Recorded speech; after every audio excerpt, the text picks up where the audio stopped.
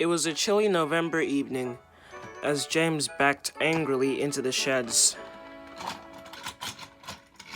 He was very cross. "Good evening, James," said Edward. You look very angry. What's wrong?" "I'll tell you what's wrong. It's that new brakeman that showed up. Ever since he arrived, he's been making all of my trains late." "Well, no duh, he does," said Henry. "He always makes everyone late. He always tries to cause trouble." "Well, yeah, that's true," said James. "But he mainly does it to me.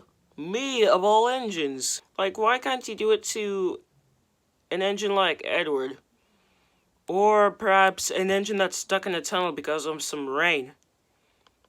Or an engine shaped like a diesel. Neville."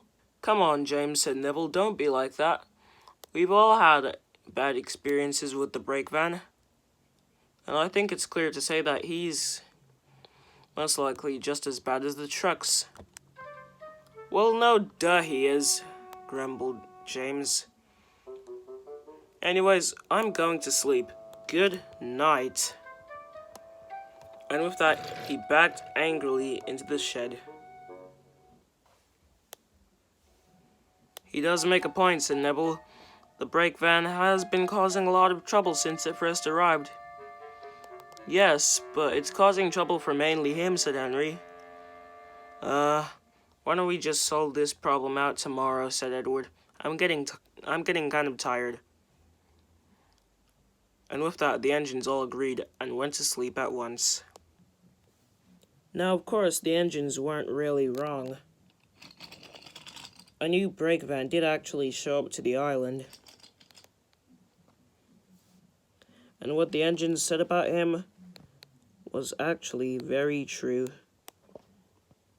He would often delay trains, cause accidents, and even runaways. But out of all the engines to have the worst experience with him, it was James. At last, James's train was finally ready.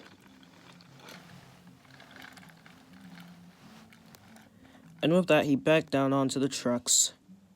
And while he waited for the guard's whistle to blow, he decided to talk to Lucy. Lucy was a small black saddle tank engine with the number 87 on her side. She was a kind engine, but at the same time pretty shy. She mainly did odd jobs around the island, but also shunted around in the shunting yards and at a few other stations. James told her about the brakevan, and she highly agreed with him. Back on the mainland, she said, most of the engines would call him Grumpy Eddy. Mainly because Eddy used to be his old name, until he became a much more older and grumpier brakevan. No wonder he loves to cause trouble so much. "Exactly," said Lucy. "And he always does it for the silliest things, like whenever he's woken up from his naps, he's always prone to, the usual. Delaying trains, causing accidents, runaways, the list goes on." "I can tell," said James. "Well, I've got to go." "I'll see you later, Lucy." "See you later too, James." And with that, James puffed away.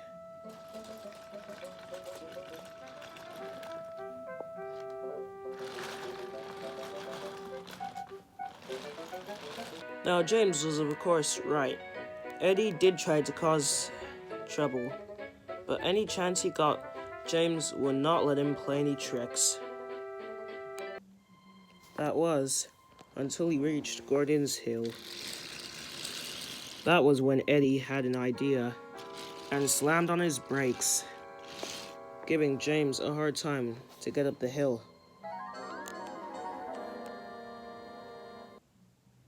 James tried as hard as he could, but despite his best efforts, the coupling snapped and the truck slid back down the hill. "Oh no," he cried. "Stop! Stop!" But it was too late.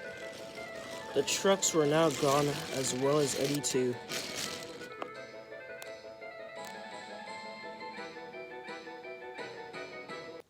Luckily, James was able to call the station master, and the points were soon set against the trucks. But unfortunately, when the trucks came into view, the unbelievable happened. As they rattled towards the points, they came right off the rails and onto the other line.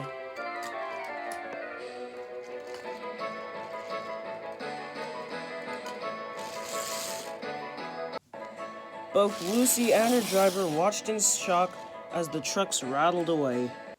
Meanwhile, up at the docks, it was very busy as ships came in to unload their cargo.